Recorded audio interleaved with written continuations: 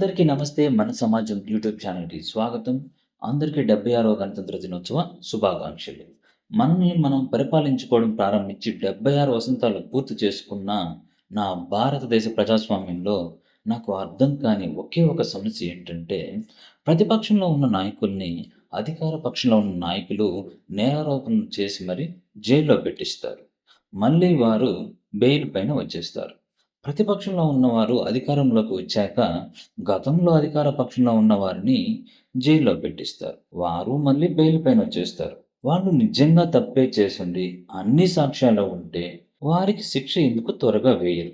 ఒకవేళ వారు నిర్దోషులే అయితే, వారు ఎటువంటి తప్పు చేయకపోతే, న్యాయస్థానాలు వారిని జైల్లో ఎందుకు పెడతాయి? అన్నది నాకు ఇప్పటికీ అర్థం కాని సమస్యే. ఒకవేళ మీకు అర్థమైతే కామెంట్ సెక్షన్‌లో కామెంట్ చేయండి. మీకు అర్థం కాకపోతే మీ చుట్టుపక్కల వారికి షేర్ చేసి, వాళ్ళకేమి తెలుసో కామెంట్ చేయమని చెప్పండి. ఇలాంటి అర్థం కాని మరిన్ని సమస్యల గురించి చర్చించడానికి మన ఛానల్‌ని సబ్స్క్రైబ్ చేసుకోండి. జై హింద్.